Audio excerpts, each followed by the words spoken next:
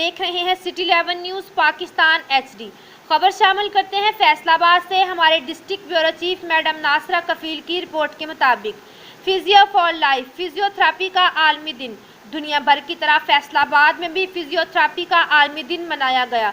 Doctor Naseer Kashif का कहना है कि फैसलाबाद में 20% लोग ज़हनी जिस्मानी कुव्वत समायत और अमराज कलम मसाने की कमज़ोरी, हड्डियों का भरापन, बच्चों के मसाइल, सर दर्द, कमर दर्द और जिस्मानी कमज़ोरी यानी फालज जैसी बीमारियों का शिकार हैं।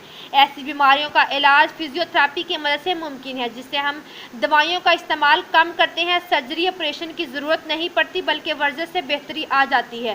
फिजियोथेरेपी में ये सोच आम है कि फिजियोथेरेपी बस चंद वर्जिश तक महदूद है, जिसकी ज़रूरत बहुत कम लोगों को पड़ती है।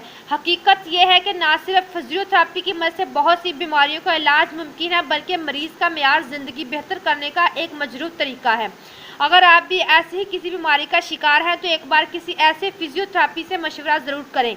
इससे न सिर्फ आप इलाज का खर्चा कम कर सकते हैं, बल्कि अपनी मजमूई सेहत में बेहतरी लाकर ज़िंदगी से भरपूर लुत्फ़ भी उठा सकते हैं। मज़ीद खबरों के लिए देखते रहिए सिटी 11 न्यूज़ पाकिस्तान HD।